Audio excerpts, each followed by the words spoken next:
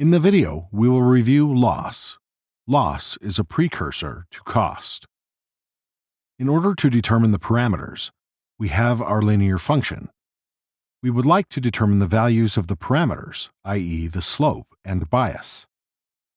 Let's start off with a simple example with just one sample as shown in the graph.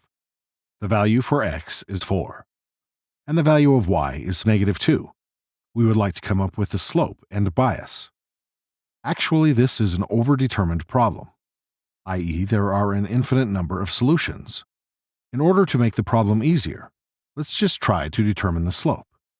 In order to find the parameter, we need to find how good our model is, a quantity that is near zero when our model provides a good estimate, and large when our model estimate is bad. We call this quantity the loss. We do this by subtracting our model estimate by the actual value. We then square it. It's essentially finding the distance from the model estimate from the actual value we are trying to predict. We would like to determine the parameter, in this case, the slope, that minimizes this value. This is a function of our parameter. In the training phase, y and x are given. In the final form, our function looks like this. It's referred to as a criterion function or loss function. The goal is to determine the parameter or slope that minimizes this function. Generally, loss is a function that takes your true input and your predicted or estimated input. It then provides you with a number that lets you know how good your estimate is. It's helpful to think of the loss as a function of the parameter you would like to learn. The table on the right shows some possible values for our parameter, and the value of the loss is generated. We see the line created for these values. We see the closer the line gets to the point, the smaller the loss becomes. It's difficult to randomly get values, so let's come up with a more systematic way of minimizing the error. It's helpful to display the loss function on the right. It's shaped like a concave bowl. This is referred to as the parameter space.